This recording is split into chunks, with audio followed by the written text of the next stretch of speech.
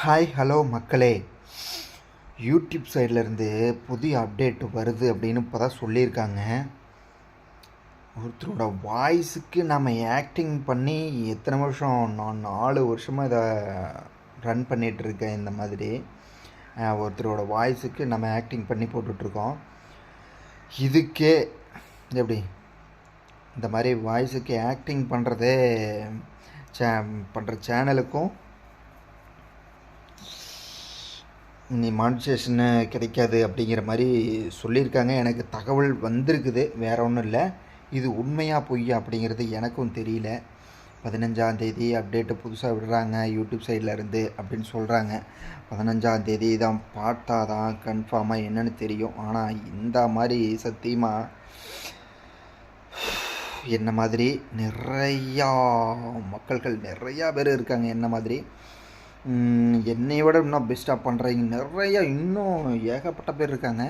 ஆனால் இந்த மாதிரியெல்லாம் சத்தியமாக யூடியூப்காரர் இந்த மாதிரி பண்ணக்கூடாது, சத்தியமாக பண்ணக்கூடாது. ஒன்றா இதை பண்ணுற மாதிரி இருந்துச்சுன்னா ஒரு முன்கூட்டியே ஒரு தகவல் வெளியிட்ருக்கணும். ஒரு ஆடு விளம்பரம் மாதிரியாச்சும் பண்ணி ஒரு தகவல் விட்டுருக்கணும். திடீர்னு இதை உள்ளே கொண்டாந்தது ரொம்ப மன வருத்தம், மன வேதனைகள். நிஜமாலுமே ரொம்ப கஷ்டமாயிருச்சு எனக்கு. வீடியோ பண்ணலாமா வேண்டாமா, அவ்வளவுதான். இனி இவ்வளோ நாள் நம்ம கஷ்டப்பட்டதெல்லாம் வேஸ்ட்டு, அவ்வளவுதான் அப்படிங்கிற மாதிரி எனக்கு மனசுக்கு வேதனையாகி போச்சுங்க. நிஜமாலுமே என்னால் முடியல. என்ன பண்ணுறது, நீங்களே சொல்லுங்கள். இந்த தகவல் உண்மையாக பொய்யா அப்படிங்கிறத சொல்லுங்கள்.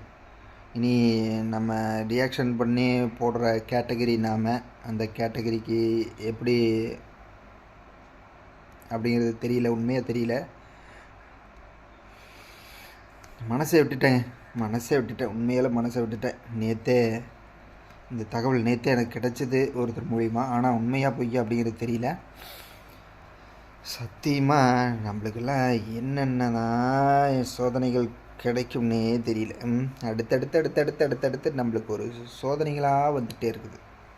கடவுளை தாங்குகிற அளவுக்கு கஷ்டத்தை கொடுங்க. ஓகேங்க, சரி, பாய். நம்மளுடைய ரியலான வேலை, நம்மளுடைய ஒர்க்குக்கு போயிட்டே இருப்போம். என்ன நடக்குதோ நடக்கட்டும், நடப்பதெல்லாம் நன்மைக்கே. பாய், குட் பாய். காலை வணக்கங்க.